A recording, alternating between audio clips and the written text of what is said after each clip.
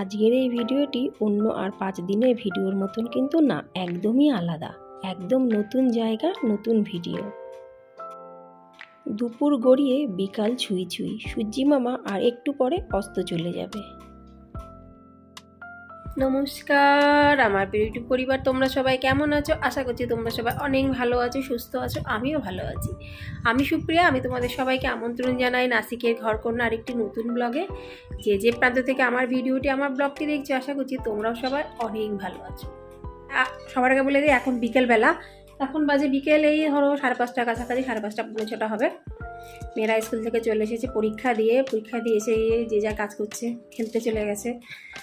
ওদের ওইটাই মেন কাজ, জাস্ট পরীক্ষাটা দিয়ে পর কখন ঘরে এসে কোনো মতে একটু নাকি মুখে দিয়ে খেলতে যাবে। তো আজকে যাব একটু বাইরে, এখানকার কৃষি মেলাতে যাব। তো কৃষি মেলা কেমন হয় অনেকেই জানো, অনেকেই জানো না। আমি বিয়ের আগে কৃষি মেলা সম্পর্কে কিছুই জানতামই না যে কৃষকদের একটা মেলা হয়। সেই মেলাতে যাব, এখান থেকে বেশ খানিকটা দূর। তো আশা রাখছি আজকের এই ভিডিওটি তোমাদের ভালো লাগবে। এখানে লাস্ট ইয়ারও গেছিলাম, তো এবছরও যাব। সবার আগে একটু বিকালবেলা বেরোনোর আগে আমি সন্ধ্যা প্রদীপ দিয়ে দিই, চা খেয়ে নিই, তারপরে আমি বেরাই। চাটা বসে হাতে দেবো, আর তারপর ওই পাশ দিয়ে আমি সন্ধ্যাটাও লাগিয়ে নেব। সত্যি কথা বলছি, আমার না যেতে ইচ্ছা করছে না। ভাবছি কি করে যাব কেন কি মাঠের মধ্যে মেলা হবে, ভালোই ঠান্ডা ঠান্ডা হাওয়া হবে। তারপরে সোয়েটার খুঁজছি, কোন সোয়েটার পরবো। সোয়েটার দেখতে দেখতে একটা জামা আমার হাতে পড়ে গেল। এই জামাটা কলকাতার জামা, অনেক দিন হয়ে গেছে পরিনি, কিন্তু দেখো অবস্থা দেখে মনে হচ্ছে আয়রন করতে হবে। এবার চলো আগে ঝটপট করে সন্ধ্যাটা লাগিয়ে নিই, মুখ হাত পা ধুয়ে। সন্ধ্যা লাগানোর পরে তারপরে আমি রেডি হয়ে যাব। আমার মেয়েরা অলরেডি রেডি হয়ে গেছে, মানে ওই একটু ফিনিশিং টাচ বাকি। যেখানেই যাক না কেন দুজনে নিজেরা রেডি হয়ে সাজুগুজু করে নেয়। সন্ধ্যা লাগানো হয়ে গেছে, তারপরে আমি চলে আসলাম চা বসাতে। তোমরা তো ভালোই জানো, চা না খেয়ে আমি তো ঘরের থেকে এক ফোঁটাও বেরাই না। হ্যাঁ, যদি দুপুর থাকতে বেরাই সেটাও সেই কথা অন্য, কিন্তু এখন তো দুপুর না, প্রায় সন্ধ্যা হব তো ঘরের থেকে একেবারে চাপত্র খেয়েই তারপরেই বেরাবো। চা রেডি, চলো চাটা খেয়ে নিই। তার আগে তোমাদের একটা কথা বলি, সেটা হলো এখানে যে মেলাগুলো হয় বেশিরভাগ মেলায় কিন্তু দিনের বেলাতে হয়। রাতের বেলার দিকে আস্তে আস্তে মেলাতে যাওয়ার লোকের পরিমাণটা অনেকটা কম। অনেক দূর গ্রামের থেকে মানুষজন আসে, তারা বেশিরভাগ সবই কিন্তু আসে দিনের বেলাতে। কিন্তু যেহেতু আমরা সন্ধেবেলা রাতের বেলায় যাওয়া মানুষ, সমস্ত কাজ বাজ দিয়ে করে টোরে তারপর আমরা মেলা দেখতে যাই, যেহেতু এটা একটা অভ্যাস, ওই জন্য জানি মেলাতে গিয়েও কিন্তু সেরকম একটা লোকজন থাকবে না, আর বেশ ভালোই লাগে, ফাঁকাফুক্ত মেলা থাকবে, ঘুরে ফিরে চলে আসবো। মেলা দেখার জন্য আমরা চলে আসলাম, এসে আমরা খুঁজে পাচ্ছি না গাড়ি পার্কিং কোথায় করব। চতুর্দিকে তো শুধু গাড়ি আর গাড়ি। আমরা এখানে দুজনে দাঁড়িয়েছি, আর দুইজন গেছে গাড়ি পার্কিং করতে। বড় মাঠের মধ্যে হচ্ছে এটা, বিশাল বড় মাঠ। খেতি কেটে মাঠ শুকিয়ে সেখানে মেলা হচ্ছে। দেখো চারপাশে পুরো মাটি আর মাটি, এত ধুলো দেখলে তোমরা বুঝতেই পেরে যাচ্ছ, কিন্তু ভারী মজা লাগছে এরকম ধরনের মাঠে। এখানে এসে চলাচল বেশ ভালোই করা হয়, আর সকাল সকাল জানো তো এসব মাঠে না অনেকে হাঁটে। আর এই দেখো মেলার যে গেটটা, পুরো বিয়েবাড়ির মতন সাজিয়েছে না মেলার গেটটা। আর কৃষি কুম্ভ লিখে দিয়েছে ওখানটাতে উপরে। যাই হোক, গুটি পায়ে আমরা এখন যাচ্ছি ভেতরের দিকে। গিয়েই দেখি কি অবস্থা, মানুষজন তো নেই, বেশিরভাগ চেয়ারই পড়ে আছে। তোমাদের প্রথমেই বলেছি এখানে মেলা শুরু হয় সকাল 10টা থেকে। গ্রাম থেকে মেলায় লোকজন আসে, আর একপাশে পুরো ট্রাক্টর সাজানো আছে। এখানে ট্রাক্টর বিক্রি হয়, ট্রাক্টর সম্পর্কে জানকারি দেওয়া হয়, খেতে কিভাবে ট্রাক্টর কাজে দেবে সব কিছু কিন্তু ইনফরমেশন এখান থেকে পাওয়া যাবে, যাদের জানার ইচ্ছা। আমরা তো ঘুরতে এসেছি, যাদের জানার ইচ্ছা তারা ঠিক ইনফরমেশান কালেক্ট করছে। এখানে বিভিন্ন ধরনের মেশিন। ওই পর্ব থেকে ছেড়ে আসলাম অন্য জায়গাতে। এখানে দেখো বিভিন্ন ধরনের ফল সাজানো ছিল, সেখান দিয়ে ঘুরতে আসলাম বিভিন্ন স্টল তো লোকই নেই, পুরো সব স্টল ফাঁকা। আর আমার মেয়েরা আমার পরে রেগে যাচ্ছে, মাম্মা তুমি এত কেন লেট করলে, তোমার জন্য সব দেরি হয়ে গেছে। কিন্তু কি করব, বুঝতে পারিনি যে মেলা প্রায় অর্ধেক শেষের দিকে। তবুও চলতে দেখলাম এক জায়গায় বিশাল ভিড়। কী ব্যাপার, তরমুজ বিক্রি হচ্ছে 100 টাকায় 3টে। কর্তামশাই আমাকে বলছে কিনবো, আমি বললাম ঠিক আছে নিয়ে নাও, সবাই যখন নিচ্ছে 100 টাকায় 3টে, অনেক সস্তাতে, তা আমরাও 3টে তরমুজ নিয়ে নিলাম। এই জায়গাটা না দেখালে একদম পুরো ব্যর্থ মেলাটা। ভুট্টা দিয়ে গাছ তৈরি করেছে, জীবনের প্রথম দেখলাম ভুট্টা দিয়ে এইভাবে গাছ করেছে, কি দারুণ, মানে চোখ ফেরানো যাচ্ছে না, অপূর্ব সুন্দর। কাছে কি দেখলাম, একদম সত্যিকারের ভুট্টা কিন্তু এইগুলো, কোনো ডুপ্লিকেট না। ভুট্টা দেখো একদম গোড়া থেকে শুরু করে মাথা পর্যন্ত পুরো গাছ, একটা ভুট্টা দিয়ে সূর্যও তৈরি করেছে। তারপরে সেই ভুট্টার জায়গা থেকে চলে আসলাম গাছগাছালির এরিয়াতে। এখানেও কিন্তু কাউন্টারের লোক নেই, কোনো জায়গায় লোক নেই, তাহলে কি এতটাই লেট হলো আমাদের। এবার আসলাম আরেক স্টলে, সেখানটায় দেখলাম বেশ খানিকটা ভিড় আছে। এখানে এই মেশিনটা দেখাচ্ছে বিনা তেলে সব কিছু ফ্রাই করা যাবে। ভাবলাম একবার কিনবো, তারপর ভাবলাম যে না, জানি না যখন, আগের থেকে বেশি মাতব্বরি করার দরকার নেই। এইখানটাতে এই মেশিনটার দাম বললো 250 টাকা। তারপরে আসলাম এই পাঁপড়ের দোকানে, পাঁপড় দিচ্ছে সবাইকেই, খেয়ে দেখো তারপরে কিনবে। কিন্তু আমি যদি খাই তাহলে কিনি, আর যদি না খাই তাহলে আমি কোনো সময় কিনি না, ওই জন্য আমি আর নিলাম না। তারপরে আসলাম আরেকটা খাবারের স্টলে, মানে খাবারের এরিয়াটা অন্য জায়গায় ছিল, সেটা আমরা প্রথমে বুঝতে পারিনি। যাই হোক, এখানটায় এই যে দেখতে পাচ্ছ এই খাবারগুলো আমরা খাই, এখান থেকে একটা প্যাকেট নিলাম 100 টাকা দিয়ে। বাইরে গেলে কিন্তু এটা 50 টাকা কিংবা 60 টাকা, কিন্তু যেহেতু স্টল দিয়েছে সেহেতু দাম তো একটু থাকবেই, একটা প্যাকেট নিয়ে নেওয়া হলো। এগুলো খেতে কিন্তু বেশ মজা লাগে।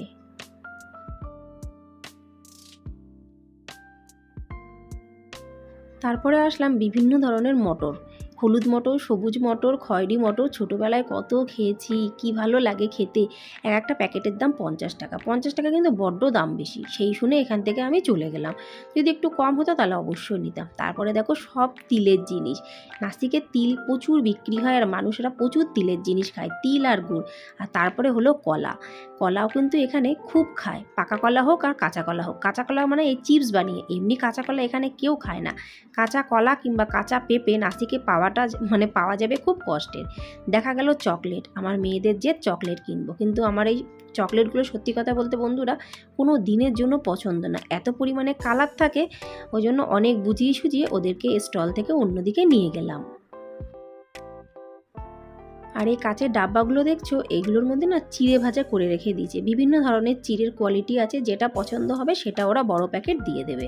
তো ওখান থেকেও সরে গেলাম, কত আর সরবো। লাস্টে আসলাম চিপসের একটা স্টলে, এখান থেকে তো চিপস নিতেই হবে। কর্তামশাই দুজনের জন্য দুটো চিপস নিল, খুব সস্তাতে পাওয়া গেল। একটা চিপসের প্যাকেটের দাম 5 টাকা। আমি বললাম যখন 5 টাকা করে তাহলে আর কটা নিতে পারতিস, বললো পাপা দিল না। তারপর আমরা এখানে বসে বসে একটু চিপস খাচ্ছি।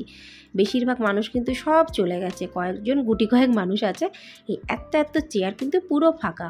ওরা তিনজনে মিলে ওখানে বসে চিপস খাচ্ছে, আমিও কয়েক পিস চিপস খেয়ে চলে আসলাম পেছনের আর একটা এরিয়াতে।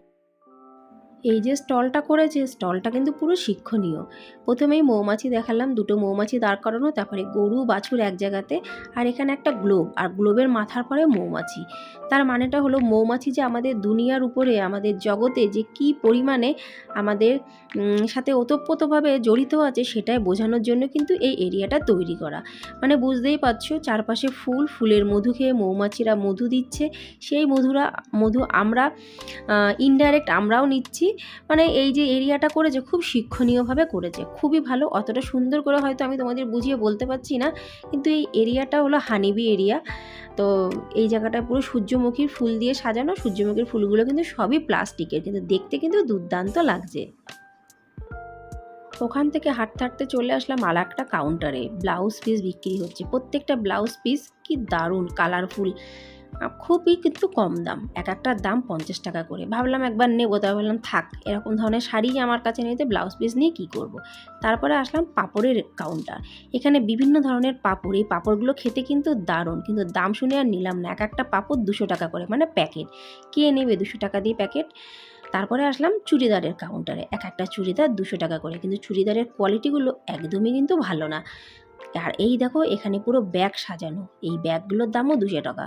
ব্যাগগুলো কিন্তু বেশ ভালো লাগছে, দামটাও কম। আমার এই সবুজ রঙের ব্যাগটা বেশ ভালো লাগলো, কিন্তু ছুঁয়ে দেখলাম এটা কিন্তু রেক্সিন, মানে খুব একটা যে সুন্দর তা না, মোটামুটি চলার মতন। যাই হোক, ধরেই শান্তি। দেখে টেকে নিয়ে চলে গেলাম আবার আমরা অন্য কাউন্টারে। এই কাউন্টারটা আমার কাছে সবথেকে বেশি ভালো লেগেছে। এখানে দেখো এই যে ল্যাম্প করেছে, সমস্ত সব কিছু কিন্তু বাঁশ দিয়ে, যে বাঁশ গাছ আছে সেই বাঁশ গাছ দিয়ে কিন্তু এগুলো তৈরি হয়, তোমরা নিশ্চয়ই জেনে থাকো, মানে জানো নিশ্চয়ই। তো এই কাউন্টারে প্রত্যেকটা জিনিস কিন্তু দারুণ দারুণ, মানে দারুণ। আর এই ফুলগুলো দেখো কি অপূর্ব, কি অপূর্ব। বাঁশ দিয়ে কিভাবে গণেশের মূর্তি বানিয়েছে, তারপরে আবার কালার করেছে। এইগুলো যে ঘরের দেওয়ালে লাগালে যে কি অপূর্ব, কি সুন্দর লাগে। এর এক একটার দাম 250 থেকে 300 টাকা। আর এখানে বার্গেনিং করেও কোনো লাভ হবে না, কোনো 1 পয়সাও কমাবে না। তারপরে আসলাম এখানটা যে এরিয়াটা, সেটা হলো ধূপকাঠির এরিয়া। এক একটা ধূপকাঠির পাতা 50 টাকা, 100 টাকা, 150 টাকা, 200 টাকা। নাসিকে কিন্তু মানুষেরা প্রচুর ধূপকাঠি ইউজ করে। আর এখানে ধূপকাঠি সকালবেলার দিকে এত পরিমাণে জ্বালাবে পুরো ঘর পুরো ধোয়া ধোয়া হয়ে যায়, আমাদের মতনই একটু অর্ধেক না। এই যে এরিয়াটা দেখছো, এটা হলো সবজি। এই গুটি কয়েক কিন্তু সবজি আছে, বেশি সবজি এখানে আর নেই। তারপরে আছে আরেকটা জামা কাপড়ের জায়গা। এখানটা জামা কাপড়গুলো হলো 150 থেকে 200 টাকা।